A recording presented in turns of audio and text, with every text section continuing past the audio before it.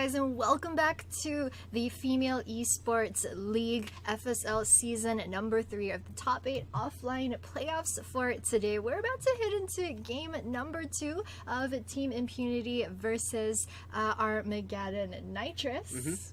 Well, to recap for the viewers that are just joining us now, game 1 was quite a stomp. Well, it was a stomp past 20 minutes. I think it was pretty even up to that point. Asterix put up a very good showing. Really an example of why they were winners of FSL season 1 and 2, and now making a return to the throne, looking to make this a three-peat as well for themselves. So I think going into game 2, we'll have to see if Impunity or Knightress can sort of show that they are up to the task of putting a fight up against Asterix. Yep, and just to give you guys a bit of information about how our bracket system is working. So for the first round, we were casting the Asterix versus Team Hanami match, but all 4 matches were actually playing concurrently. So the game that you guys see right now between Impunity and Team Knightress, they've already played their first match, and both of these teams are the teams who won in the first round. So Impunity beat Definitely Not Girls, and Knightress beat Team Valkyrie to make it into the second round. Yeah, and for the unfortunate losers of the previous matches, they will drop into the lower bracket and have a sort of chance to fight for redemption and make their way into the finals. Of course, that will be played concurrently as well. Yep, we will be playing all of the top 8 matches today. So the double elimination bracket, we're playing both the winners as well as the loser bracket. So at the end of it today, we will have the top 4 teams who will be playing in next week's semis and finals over at the Singtel Rec Club. Yeah, and just as you said, the matches will be played live next week at the Singtel Recreational Center, right? That's the one at Somerset, just behind the train station. And guys, for more information about that, do stay tuned to the Facebook page and come down, join us, watch the matches. There'll be a bunch of freebies given away, as well as perhaps if you're fans of the teams, you like what you're seeing, come down and show some support. Like what you're seeing. Yeah, I mean, in terms of gameplay, man, if you like the strategies, the mechanics, come down and watch them and support them as well. Yep, right now we are just waiting for both teams to start their pick and ban phase. Yeah. Seems like a good time to talk about the sponsors of this season. season's Sure, Jenny, take it away. Hey, alright, so this season, as we mentioned earlier, is the 3rd season of FSL. Also, we are going to be having the FSL Elite 2019. I think FSL 3, that's going to be exciting. This is also the first season where we have brought in teams from elsewhere in Southeast Asia. We had the Philippines qualifiers last week, the Thai qualifiers were yesterday as well, and the winners from the countries will be invited down for the FSL Elite 2019, which will be happening next month. Of course, FSL 3 is sponsored this season by a whole bunch of brands that you guys are very likely familiar with. Singtel, Logitech, Escape, Garena, Secret Lab, Lenovo, as well as Click Gaming and Josido. Definitely shout out to all sponsors that make this happen. Like we said, I've reiterated this multiple times, but community events are made possible by sponsors, by support of fans, and just the people in the community that like watching, that like supporting these sort of homebrew style events. Really thank them a lot for their support. And as we jump into pick and bans, I've been informed that Knightress is going to lose 1 ban, unfortunately, because of maybe a player was late. Yeah, a player was late. So because of that, they will be losing a ban as a penalty, and right now they should only have 2 bans in the first phase of pick ban. Yep, and that's actually a pretty crucial thing going into big ban, especially since they are on the red side. So losing that ban is going to hurt them. It looks like it's going to be the Irelia first ban. Think about this meta right now. There are just so many strong power picks. There's the Irelia, the Akali, Aatrox, Urgot, just in the top lane alone. And we were thinking about the meta right now. It's very jungle focused. A lot of very early game aggressive junglers like the Nocturne, Lee Sin, Xin Zhao. Yep, very high priority. There's the Galio ban. I'm curious to see what the Knightress girls will ban out here, because Impunity has sort of shown their hand in the fact that they want to remove the Galio, they want to remove the Aurelia, so that's a mid lane target pool that they're focusing out.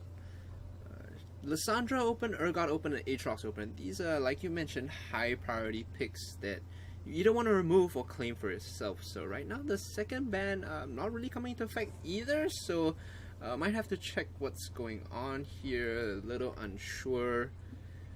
But as we move on, the third ban should be coming in from Impunity. What's your take on this, Jenny? What do you remove at the last step? Whew.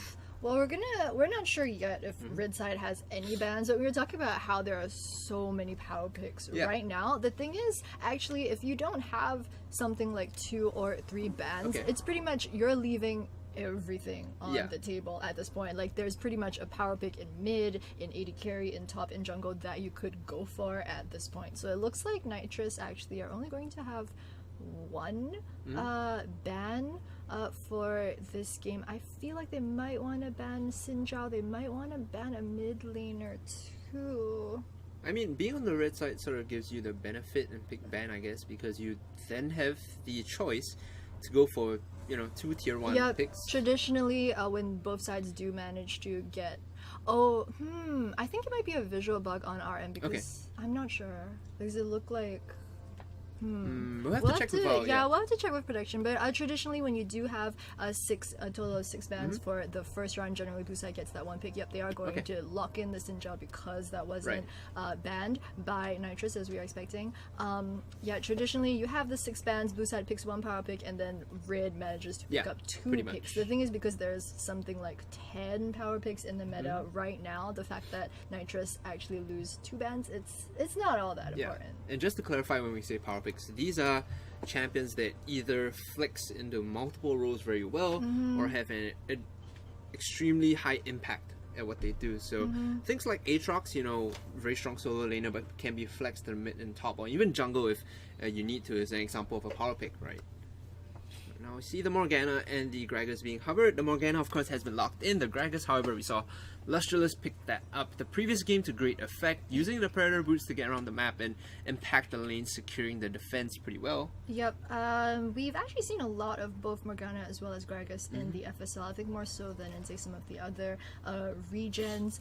So far, what we've been seeing in the FSL meta, a lot of Morgana, a lot of Gragas. You're talking about the Predator boots. Lustreless, point that we made in the game at number 1 was that she was really sacrificing a lot of lane farm in order to make the impact on all 3 lanes. She was just going around, leaving vision, getting the occasional scuttle crab, where you saw at points, I think around like 12 minutes, she was something like down 20 CS against the Sejuani, but she made things happen for her team. So it's really going to be up to Foxy to be able to make that happen this game. We got word from production that Knightress were late, and that's why it's resulted in loss of bans for them. Yeah, they will lose 3 bans because of the lateness and tardiness, but overall I think it could play out in their favor, considering that they did get some picks that appear to be relatively strong in the current patch. Varus is not someone we've seen a lot in 9.1. I'm actually surprised that Knightress picked up the Morgana and the Gragas on the first rotation, because the Urgot was left open. We're talking about champions such as Aatrox, such as Urgot, who are very good at flexing. Even Lucian as well was left open, but instead they went for the Varus, which is,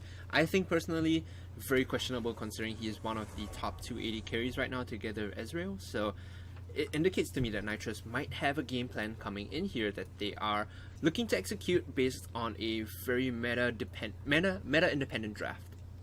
Yep, might be meta dependent, but also might be what Knightress is comfortable on. I believe their AD carry, Taini Shide, is a prolific Varus player. Also plays that Kai'Sa, that Caitlyn. The thing about pick ban right now is that in general, a lot of good AD carry picks are left open. So kind of the pick of the litter right there, decided to go for what they were comfortable on, which is the Varus. Also, the Varus Morgana lane is a very good safe bot duo. IMP haven't really picked a support yet. Might want to go for Pyke, I think would work well, but I'm not too sure if Lovely does play that, but would have pretty good synergy with the rest of the composition, especially with the Urgot Sinjao. Yeah, like you said, Pyke available. There's still a bunch of other tier 1 supports up as well. Braum, Rakan, Tom Kench to a certain extent as well will help their composition. So really the pick of the litter here for Impunity. Whatever they want, they can get. Renekton seems to be the lock-in here. We've seen Renekton used as a as close of a counter pick as you might think to Urgot, and That being said, this is an Urgot that can be flexed mid or top. Yep, I think Irelia has been banned. Irelia would have been a great pickup right here. I'm not too sure what other good. There is an Orianna that they could perhaps pick. The Zoe's been banned, as well as the Galio and Lissandra and Irelia. So pretty much the focus was on the mid lane in terms of the ban phase. I definitely think that Maybe a the Victor. Knightress girls here might have overplayed the hand a bit in the draft phase, because considering they were on the red side, they could have gone for a flex pick like Victor, could have played mid, could have played top, and reserved the last pick on red as a counter pick after seeing the full blue side composition. But right now, locking themselves into the Renekton and top side is very tricky. It's going to be the Syndra pickup for Sakami. We were talking about how there weren't really all that many good power mid lane picks that were left in this ban phase. And is it going to be the Xerath versus Syndra? I feel like they might last minute swap this to a LeBlanc. Yeah. I'm not really sure if that's the direction Chloe's going to go. My 2 cents is LeBlanc is terrible into Syndra. Scare of the Week is quite a strong skill when used to punishing the LeBlanc, but locking in the Victor for themselves, I think, is also a small... Xerath for themselves. It's a small mistake as well, because they have so much accessible CC on the Impunity side that the mobile Xerath is going to be put in a lot of danger when it comes to the early game stages or even the mid game stage. Yep, I agree. We're talking about compositions with a lot of lockdown CC, the Syndra Zyra combined with the Sinjao as well. Pretty much when you are picking a jungler such as the Sinjao, it helps a lot if you gank for lanes which already have some inbuilt CC in them. So looks like I think it might be open season on the Xerath. We're going to have to see, also because their jungler is the Gragas. So there's some disengage potential, but it's gonna be it's gonna be tricky keeping the Xerath definitely alive. And this is a matchup that the Sinjao wins 80% of the time against Gragas, just because of the way Keystones work. Sinjao will always go for Phase Rush or Hail of Blades, which is something I expect to see this game. Hail of Blades, Sinjao, Hail of Blades, Vayne are the new sort of 9.1 picks that have come to power. So in that jungle matchup, Gragas is going to have to default to a very defensive route, I think. Yeah, honestly, I feel like this might sound cheesy. I feel like even a Karthus pickup would have been better for KTR at this point. Also, we've been seeing the changes, I think, to Karthus in this patch and the recent patches. He's really started rising to prominence. In jungle? By Yankos, particularly in the jungle, but possibly the jungle mid pickup, I think, might have been better than the Xerath. But we're going to have to see. I mean, we're talking about how KTR are kind of picking champions that they're more comfortable with rather than what might be cohesive as a whole. However, I think we do see a lot of potential from the Impunity girls for this game. Looks like past level 6 it is going to be pretty scary from their side. We're hoping that they're going to show some very good aggression. I think that's one of the things when we were watching January 5th, the play-in qualifiers of FSL, we did see a lot of these teams draft compositions that look like they wanted to go aggressive in that early level 3, level 4, but then kind of lacking in terms of playing that type of style. So earlier this morning when we were seeing a game at number 1, we said that there was a potential for a lot of like aggressive ganking, but really what we saw very was defensive, protective styles. Very restrained, safe styles. So that might just be the meta for FSL. Yeah, definitely something to watch out for next week, guys. Like we mentioned, come down and watch the semifinals and finals. We might see more of the aggressive style or even the restraint, but I kind of want to ask you how you think, what are the percentage wins, if right now you had to call it, right, on the blue and the red, Impunity and Knightress, what's your take? Who has the better draft? Comfort versus meta?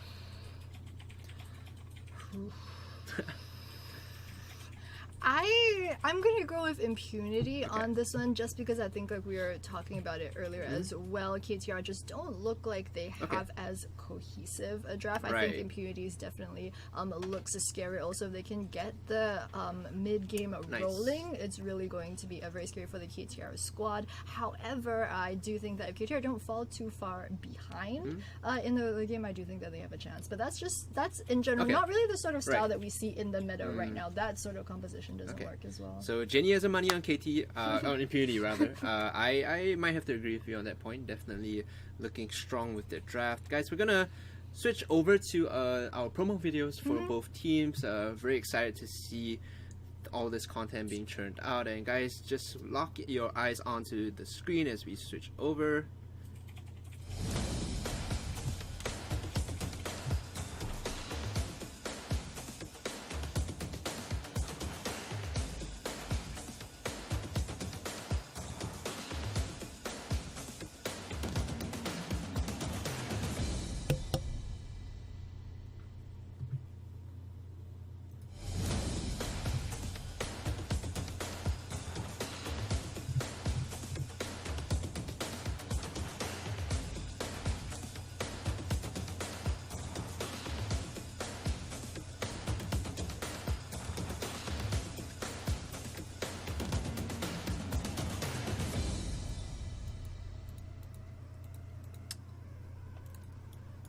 Alright, jumping into game just after those very awesome promo videos. You saw the players from both teams make an appearance, and you should be more familiar with the lineup now. You can place a face to the name in game.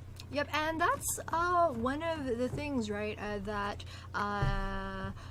we aimed for in the creation of the FSL and the creation of the Female Esports League was to encourage female gamers to have their shot at competitive play, give them some recognition, give them an opportunity to be scouted and potentially venture further into the competitive scene. So really, these videos is just a great way for them to get a taste of what the competitive scene would be like. Definitely, like I said, in the previous game, some of the promotional videos sort of look like the stuff we have in the GPL and as well as the TLC, very, very high caliber and similar in parity. Talking about similarities, it looks like Barely. dodges that snare from the Zyra, but it does look like we're going to have a pretty similar start to game number 1, so pretty defensive from both these teams. Really just gonna get some vision around the river, but don't really want to risk giving up that level 1 first blood just yet. It's pretty much exactly the same support matchup that we saw in that game number 1. It's the Zyra versus the Morgana, which usually has the potential for the level 1 shenanigans. Level 1 shenanigans, but we aren't going to see that this game. I think also it's partially because we do have the Vayne versus Varus matchup. The Vayne for the side of Team Impunity, Ghost Kiss is one of the main highlights of their team, and she is a very notable Vayne player, so Impunity don't really want to risk things too much by possibly giving up that first blood. Should be noted that this is the patch that Vayne got a small buff to her tumble. So when she uses her ultimate, the final hour, her tumble cooldown is reduced by 50%, which is quite effective when it comes to team fighting, I would say. And trades already happening in the bottom side. Grasping Roots gonna catch Soa out. And Vera's taking the E level 1 for that bit of poke. But yep, as you were talking about the tumble, Vayne spotting is a thing, guys. Oh yeah, definitely. Hope she doesn't tumble into her own demise this game. That's kind of the hope whenever you see any Vayne player, especially on your team.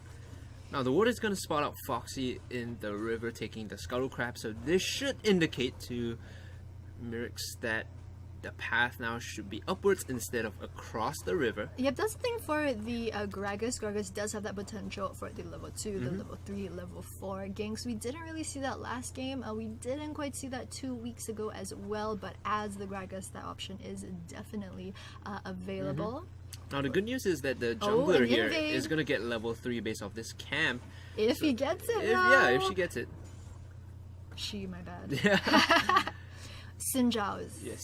Well, I make it a... He's got long hair. I don't want to... Don't assume. I don't want to assume his gender. Trades coming to the top side. The Renekton is actually pretty well equipped to deal with the Urgot, which is why we saw this as a counter pick. Just because of the nature of this matchup, it makes it much easier for Renekton to slice and dice in, heal up and back off. This small sort of style of skirmish trades definitely helps. Yeah, but it doesn't mirrored by their item buy. The Renekton, I think, went the Darts Blade, very aggressive start, whereas the Urgot's going for the more defensive Corrupting Potion. First buy is definitely mirrored in the way that they are playing out this lane. Meanwhile, in mid, Sakami getting poked quite a bit.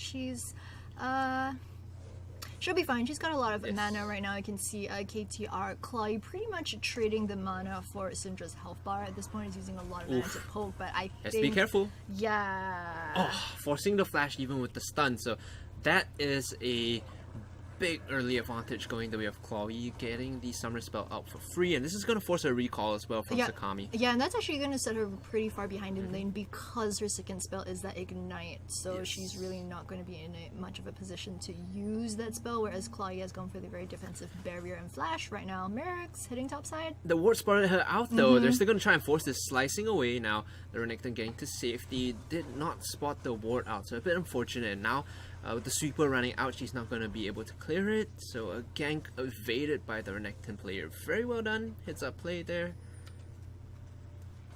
Yep, meanwhile, over in the mid lane, both mid laners have gone back to a base, but because Clay, I think, had the slight CS advantage, forcing Sakami to be earlier on, is going to come back into lane with that extra fairy charm. It's never really what you want to see on your opposing mid laner, especially if he's a mage like Xerath. Xerath already gets mana back from the passive, now the fairy charm as well. Yeah. I don't think that Sakami is going to be enjoying this laning phase at all.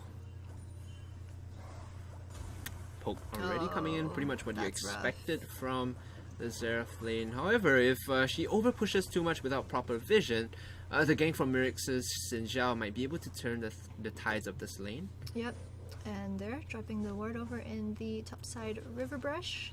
Knows that, as you mentioned, if she is going to push a lane, she's going to be susceptible to the Xin Zhao gank. Looks like there are some pings down in the bottom side river. Mirix looks like he might be wanting to make something happen over in the bottom side. They're not too sure where Gragas is at this point. He actually just went back to base, and that's why a lot of missing pings are coming out. Ward along the river should be spotting this entry by Gragas. That being said, she's going to default over to the Gromp. Now, we should point out she went back early to get Predator Boots as well as the Chilling Smite upgrade. So her ganks are going to be definitely more impactful now. Ward is going to get spotted out. So this gives her a clean entry path into the bot jungle if she wishes. It's gonna get spotted out by the ward, as you mentioned. Probably gonna clear this pink right here too. It's just another thing that we've noticed, especially after that game number 1, is that coming into the top 8 of the FSL, both these teams have such good vision control, especially in the early stages of the game right now. Foxy had the timer on the Raptors right there, so knew that Xin Zhao was going to be there, but didn't really want to make things happen at that point. It's still only level 4 to the Xin Zhao level 5 right now. There's a good roam from Adru towards the mid lane. It's gonna get spotted out by the ward. Great stun from the Scatter Weak, flashing in, not getting the knockback though, but eventually the top up and reinforcement of the Xin Zhao is gonna make this work. Fear Beyond Death is gonna secure the kill, and if 2 members won't do it, send in the 3rd, and that's gonna grant them the first kill of the game. 400 gold a hit, 500, let me correct myself, is the lead now for Impunity. Yep, and there's not too much that Foxy can do at this point. You can see her kind of wrapping around the red buff right now, but she's still only level 5, doesn't have the explosive cask. Oh, she's got to be careful. Control Ward is going to spot her out belly, slamming in, but not really where you want to be. Trying to get to the Blast Cone, eventually will get out. Thought she was a bit suicidal there, but eventually just getting out of trouble. Yeah, but she's gonna waste a bit of her time. I mean, she wasn't level 6. There wasn't really a need for her to wrap around to the red buff at that point. Did have the timer, but at that point, you know, she knows it's at 1v2, maybe even a 1v3. Yeah. So I think could have spent her time to better use, perhaps getting that level 6, maybe pathing her way down towards bot side, but it's a bit late for that right now. Like you said, a bit late. Condemn not really catching her into the wall, so Ghost Kiss is gonna fail on the stun. Meanwhile, the Varus has to back off. A bit of damage from the Silver Boats to chase her off, and that was a good attempt on the Condemn though. Yeah, but it's gonna be rough. I mean, they forced Soa to recall back towards the lane. Also need the Morgana is in level 6. When we saw that skirmish, Varus didn't have his level 6 either, was low on mana, so would have been a pretty bad spot for him to have been in, but good things from the side of IMP, just picking up those early 2 kills in the first 8 minutes of the game, getting some very good vision control right now. Xin Zhao pretty much hit level 6 and was like, it's time. Yeah, I mean, this is what we pretty much expected from this early Xin Zhao pick. Oh, there's a pink ward. Gonna get spotted out, but yeah, you know, the threat of the Xin Zhao, you know, having that level 2 cheese gank available, but also at level 6 where you can start forcing things, like you mentioned, is a threat for all these solo laners. Yeah, they comboed it very well with the Urgot roam, and then Urgot hit 6. They managed to, you could see right that Aju was trying to hold the suppression. Oh, right now going in onto Renekton. Slice should get her out. He's gonna make his way out of this one. Oh, they're looking to dive it just a bit. Aju having to flash, not flash away, getting caught by the explosive cast. Now they have to take this fight because she's so low. Both of them might end up falling though, as they get the first kill onto the Urgot. Still chasing down the Renekton, having flash but not opting to do so. I think overextending just a bit. Aju there getting caught out. And that's going to translate into the first kill for Knightress here. Yep, good play from the side of Knightress. You can see Foxy right now is playing so aggressive because she knows that Chloe has pushed the mid lane, is forcing Sakami to back, which is why she's playing this aggressively in the top side jungle. So Rise of the Arcane being used by Chloe to get the kill, but failing to land the necessary damage to finish her off. Sakami still having her flash as well as Ignite. Meanwhile, over in the bottom side, the Varus Morgana actually have a pretty good CS lead up off of the Vayne and Zyra right here. Ooh, E going to land. Catching her with that. The late spell shield. I try, man. I try. You know, that's one of those moments where your support is like, you know, better late than never. I do have the skill. Well, we weren't watching from 20 seconds before. It could have been on CD. We'll give her the benefit of the doubt. That's like true. a, what, 21 that second is a long cooldown. Impunity now going to turn their attention over to the Rift Herald, and they should be able to secure this for themselves with the mid lane pushing and the assistance of Azure's God roaming down. Yep, it is a pretty early Shelly. It's just 10 minutes in, but it is really going to help Team Impunity try and get the first tower gold. Also, at this point in time, we're saying that Impunity are up by 1 kill, but in terms of gold, actually Knightress has a very slight lead due to the CS difference in pretty much every single lane. They're up in CS off of Impunity. I like that they took the Rift Herald before 14 minutes when the tower plating goes down, because this gives them a opportunity to set up the siege in advance, and they can start to clear the waves and, you know, set the pieces in place to knock them down with the Rift Herald. This is nice from Impunity. Their bot lane did get the scuttle. It's really just trying to give them a bit more vision against Foxy. As you can see right now, they did have very good timing for that. They knew that Foxy was going to get her last camp and then go for the bot side scuttle crab, so Vayne and Zyra took it first. It's really smart from the side of Impunity. Really frustrating if you're the jungler. Hate to see that, but yep. Also, in patch 9.1, they changed the way that funneling as well as the jungle gold works, so you don't actually need to have a jungle item. You won't really be penalized for taking the jungle camps. They've changed that back. So if you're a solo or duo lane, feel free to take the jungle camps. Just take everything. PSA. Flashing in, trying to get the damage down to Chloe. The Scare of the Weak isn't gonna land though. Here comes the assistance. The explosive cast is gonna finish her off. Chloe making it out with the barrier and the teleport in just for good measure from the Renekton. And that just goes back to the vision that Foxy was able to lay down earlier. We're talking about how she was wrapping around the red buff camp. If you look over at the mini map, there are 2 wards. There are 2 red wards over in the outside jungle. Skirmish breaking out the bottom side. The Vayne is the first to fall, and the Zyra just closely behind. Scumbag Morgana gets the double kill. Hate to see that. Rookie mistake. As long as she channels the go-to, it's a Zonya's Hourglass. That's a thumbs up by me, you know. Nah, she might go Leandris. Leandris. You know how Morgana's are. Man. Still, kill replied on the bottom side. And that gives them a massive lead, smited away by Foxy to steal the red buff.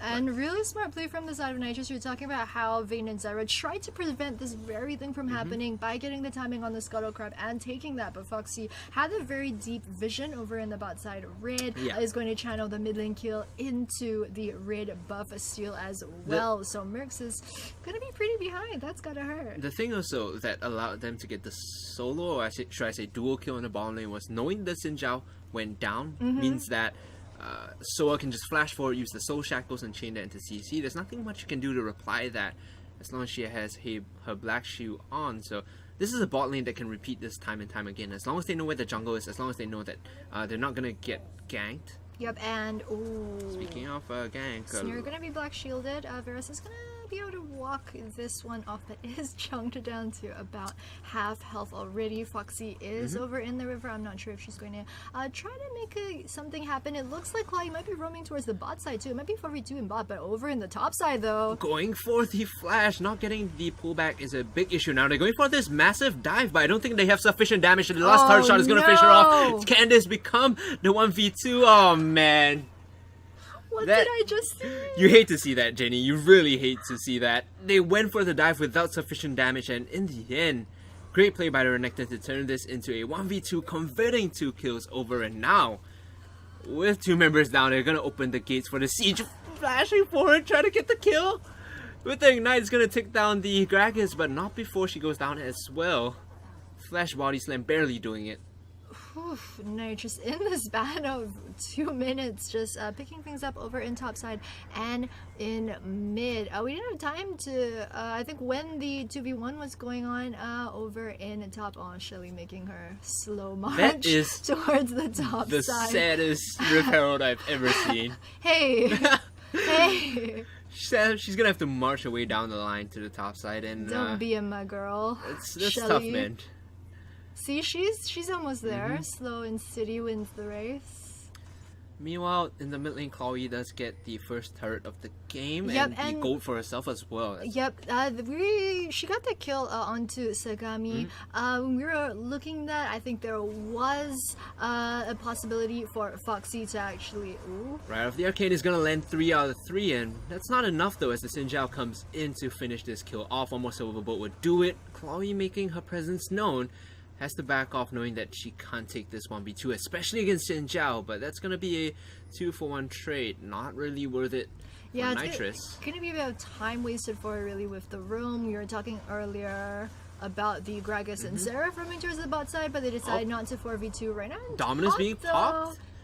Renekton looking for the solo kill. Syndra is roaming towards top side, so is Foxy though. Barely getting in range of the stun, and this should be enough to finish her. Scumbag jungle steals it with the body slam and the proc from the mage enchantment. So that's gonna be a kill over to the jungle, and now pulling the goal lead 3,000 ahead despite a very unfortunate trade in the bottom side. They still find one in the top, so overall a 2v2 and a turret for themselves. Knightress pull ahead even further. So it's gonna have to land a very good Q right here. She's not gonna be able to stop the 3 members of Impunity that are taking the first elemental dragon at this point. So I've kind of been trying to roam around with the boots of mobility. Hasn't really been able to make much happen at this point. Yeah. Lands the nice Q over the wall, follow up with the Varus Q as well. It's gonna mean that Zyra's shrink down to less than half her health at this point. Varus so far is up about 20 CS off of the Vayne. So Knightress have been doing a pretty good job trying to keep the Vayne down. We've seen multiple roams from Gragas over towards the bot side to try to keep that from happening. Speaking of the Vayne, contrary to what I expected, she did go for the lethal tempo instead of the Hail of Blades.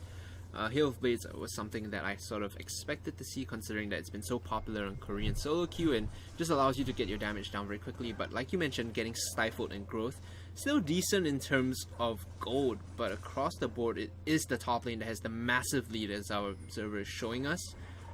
3 members collapsing to the bottom side. Teleport coming in from Azure. They might look to take this fight. The flank coming in from the Urgot, but it's 1v3. I don't think she has the space to do this. It's a massive fight being split, but the first member to go down with the Fear Beyond Death is going to be the Gragas. Off the back, they find another one in the form of the Seraph, and now Ghost Kiss is on the hunt. This is Vayne with the buff tumble. Instead, going to call off the aggression and look to siege up 4 members on this bot tier 1 of Knightress. They still find 2 kills, which is more than enough to make this push happen. Ooh, Knightress are going to have to back away from this one. They do have vision, the bush behind them, but it looks like Impunity, they just want to brute force this tower down with the minion wave. TTR, if they stick around any longer, they're possibly going to be giving up the double kill. Yep, they're going to have to back off. Does land the Q. Oh, roam coming down from Renekton. Doesn't matter because they're going to get bot tier 1 and back off. There should be no reason for them to stick around I don't think here. They should fight this.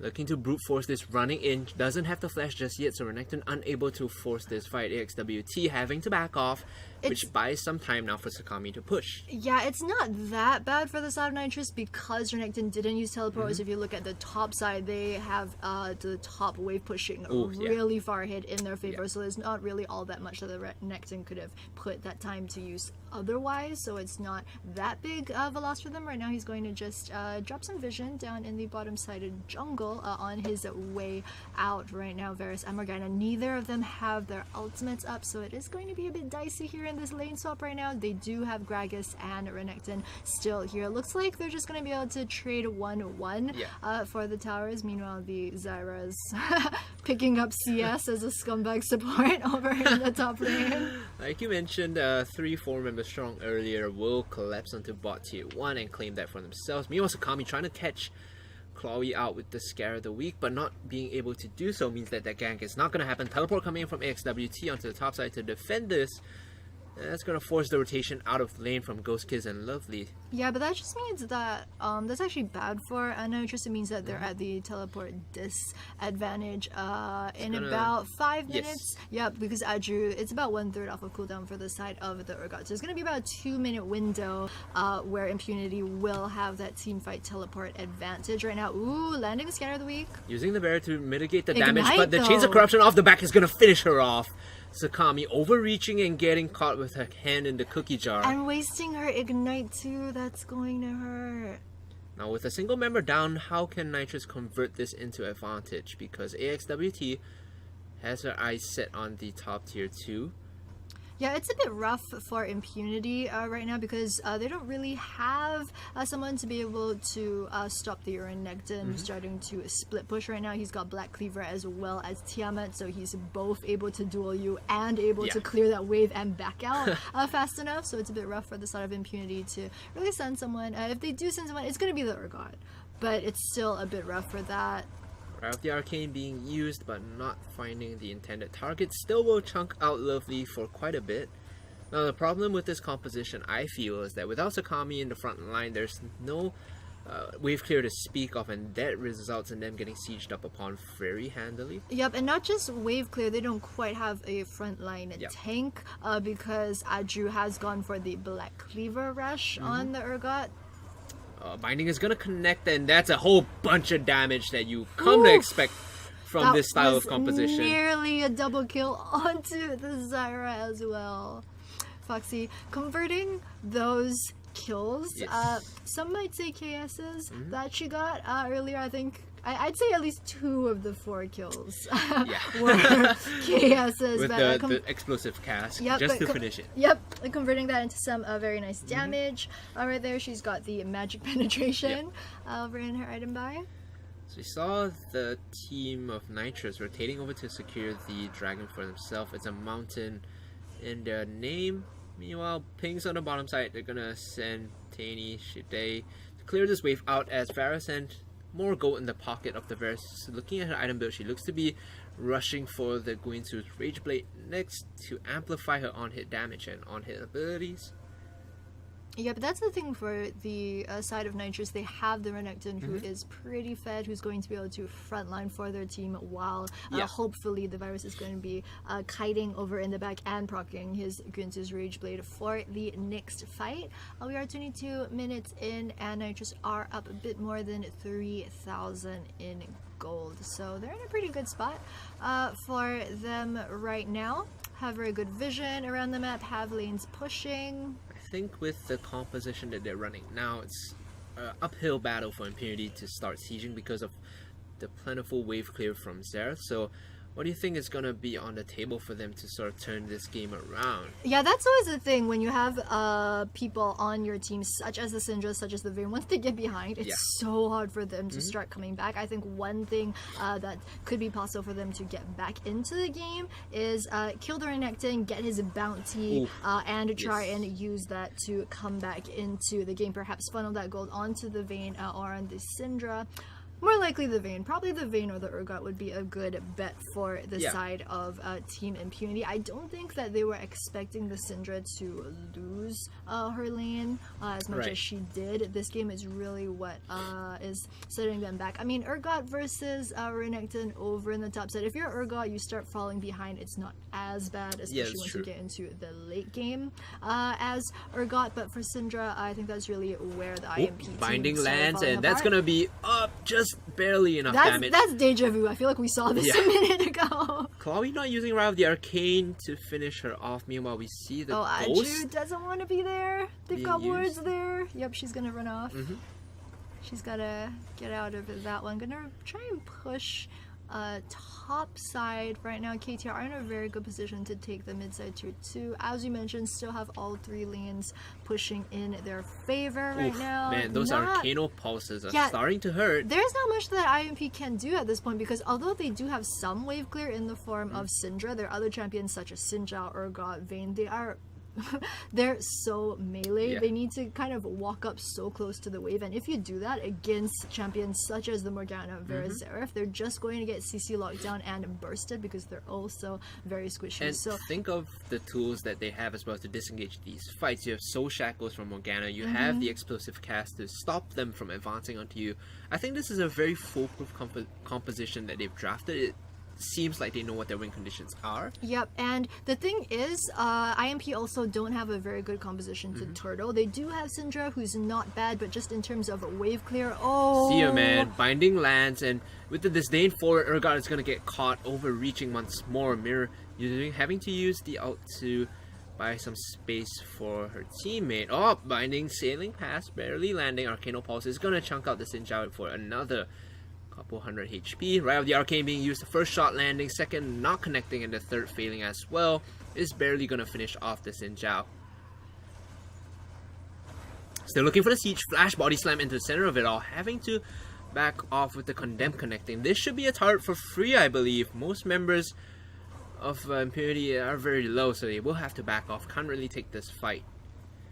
Yeah, and this is just rough to watch. You're talking about how KTR have such good sieging potential with the Xerath, with the Varus, as well as Morgana, and how the team for IMP, they can't risk walking up, because as we just saw, once you get locked down by a Morgana Q, you just get bursted so fast. And also talking about the Vayne build, she's gone the Rune King into Gwynsu, so she doesn't have something like a static shiv, which would help the wave clear, especially when at this point you need to be turtling right now. It feels like she opted for this split pushing dueling build, which is not really paying off because of how fit AWXT's Renekton is. She can just, take the fight to Vayne and in fact trade 1-for-1. Yep, she's got the Tabus and Hydra completed at this point. Oh, Urgot managing to get into the back and disrupting her escape route, but isn't gonna go for that fight.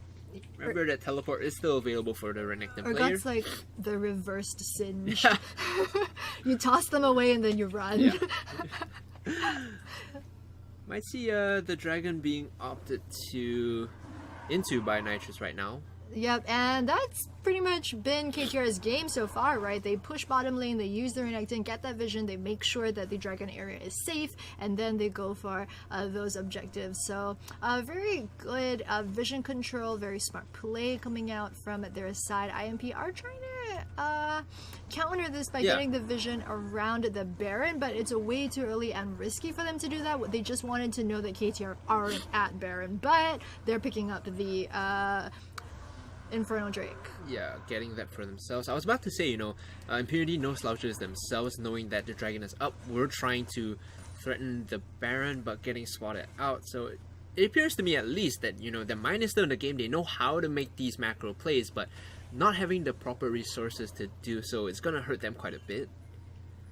Yeah, it's been the luck of the draw as well. I mean, they had very good vision control. Early game had some pretty good rotations as well, but then the first dragon they got was the Cloud Dragon. Ooh, belly slam in, not gonna connect. Oh no, the flash, he misses! There's a lot of expended resources to get the kill onto the Gragas, and eventually she's gonna be able to walk out scot-free. We saw the Scare of the Meek being used to deflect the belly slam in. The siege is still on. We see oh man, Foxy's just farming the blue jungle at this point. Hate to see it. She's done with the Morellonomicon and she's gone for Sinjao should be able to dodge that. Yep, has the movement speed. They might have committed a bit here because we see the final hour being used by Ghost Kiss. Oh, so much damage, having to use the QSS to back off. She thought she was the one getting the catch, but instead she was the one getting caught out. Oh, Renekton's here though. He's looking to join this fight with the flank, but taking a lot of damage. This is a bit of an unfortunate situation. Just as I say that, she turns around with the call, the Meek, to get the damage down and finish off the Urgot. Now the siege is back on for Knightress. They're looking to take the mid inhibitor turret and get it. They will. Arcano Pulse to finish off the Syndra, and just the flash in and call the Meek to finish her off as well. And now they get 3 random kills off the back, overstaying, and the ace. Impunity not reading the situation right, and eventually it will be the siege that succeeds for Knightress. Yeah, I think this might actually be game right now for Team Impunity. They've only got Sinchao alive, but it looks like with 3 members alone on the side of KTR. Oh, he's alive. Yeah. He's alive! The Starix gauge that kept her alive, but like you said, with the minions streaming in, they should be able to close out the Nexus turret at least, or turn their attention towards the inhibitor on the top side. Yeah, I think they're gonna back off because we're not even 30 minutes into the game. It felt like the game was going to end because 4 members of IMP went down, but because we're not even 30 minutes in, the death timers are so short that all of IMP are back up at this point. KTR kind of had the decision to make. They're like, do we want to try and rush end the game? Should we go to Baron? They're just gonna opt for stealing the blue. They don't have the time to go for a Baron at this point. IMP are hard chasing them through the jungle. Now the good news is that XWT has recall and has teleport available to disrupt this Baron if Impunity opt to rush it. And having the Zeref on the side is always going to be tricky. That gold difference, Renekton is about 4,000 gold off of Urgra at this That's point. a full core item. 502. Yep. With the 1,000 gold bounty, IMP haven't been able to take the Renekton down. Foxy, it looks like she's stuck though. They found the jungler. Gonna be an easy kill out to Vayne right now. It does have the QSS. It looks like a lot of things. Yep, they are going to start this one. Ooh, this could end badly. Yeah, getting the jungler for himself signals that this should be a instant Baron turn. Burning down to 6,000 health is the Baron, but they get turned upon, and right now Soa in the center of it all, getting caught out. Ghost Kiss with the first kill, but she's getting focused down by the Renekton. They're kiting back pretty well. Chains of Corruption barely whiffing, and the arrow at the end to dissuade this Baron take. So despite ambitious attempt at Baron, they're gonna get caught out and forced back.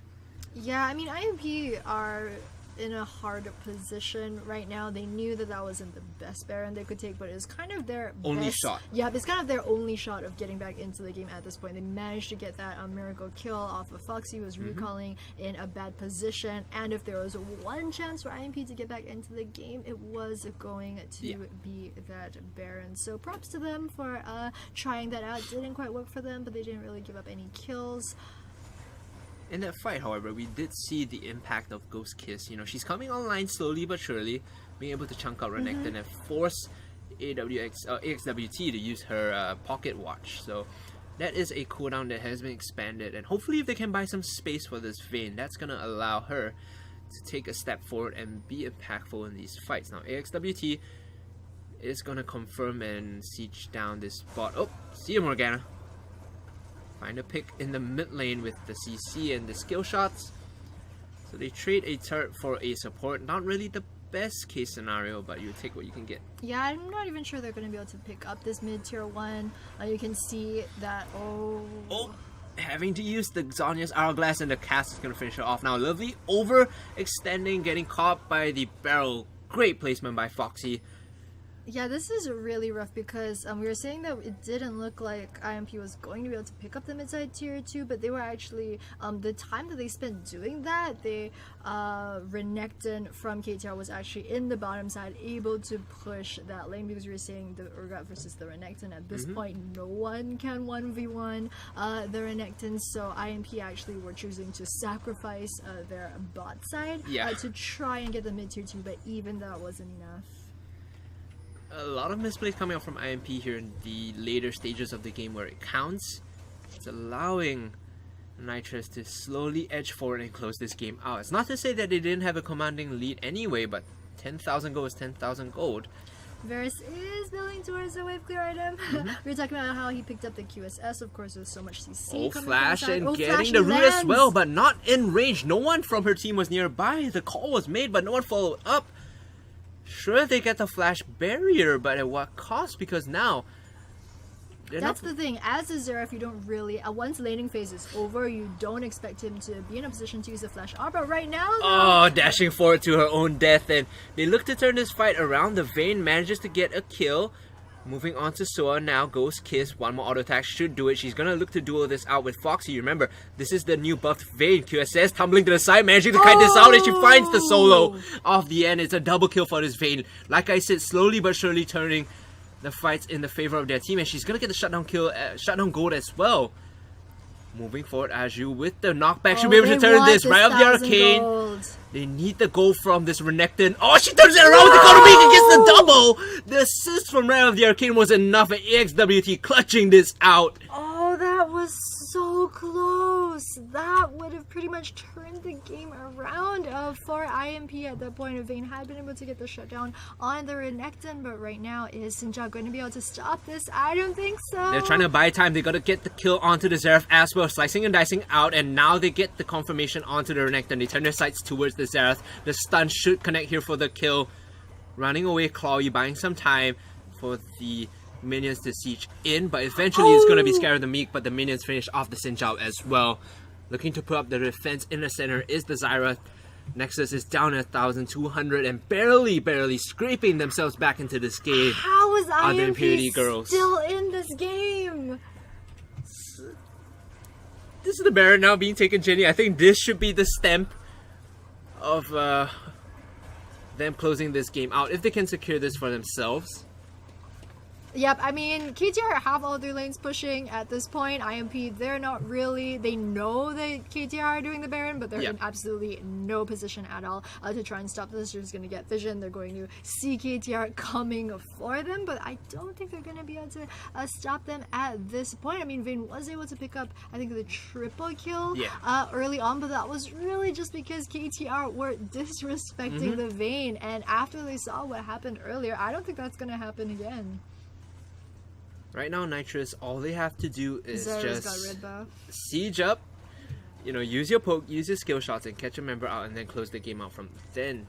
You have to give the Vayne the due respect, you know, you can't take her in these 1v1 duels because she's fed enough right now with the Phantom Dancer as well to take these fights. Of course, as our observer is showing us, there is a ward next to the Nexus turret, which is something that AXWT can opt to use to backdoor this game out.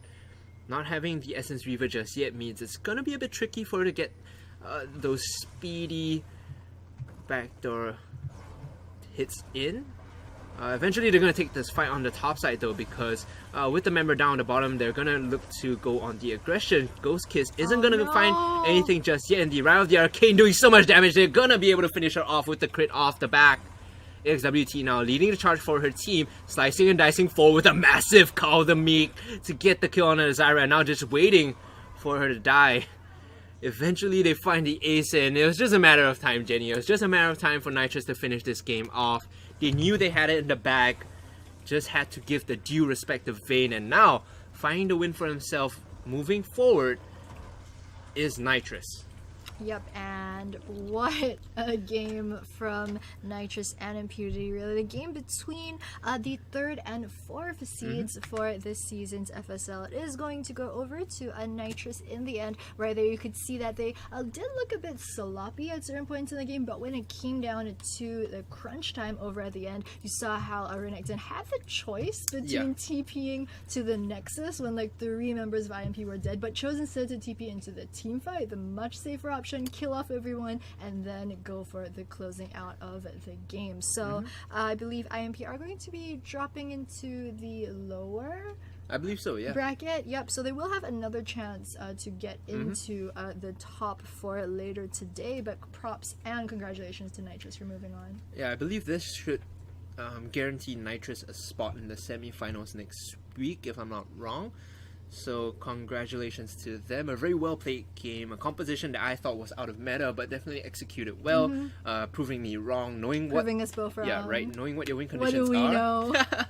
Yeah, just to remind our viewers at the start, you know, you gave the bet over to Impunity, but Knightress showing up big this time, finding themselves ahead. Congratulations to them once again. And guys, we will be going for a short break. When we come back, it's going to be Asterix going up against the winner of BAO versus Cerberus. Do stay tuned to the stream. We will have the brackets out for you shortly, but in the meantime, feel free to browse on the Facebook page, look at the promotional videos for the other teams. Those are pretty nice if you ask me, and for now we will be going for a short break. We'll see you guys soon.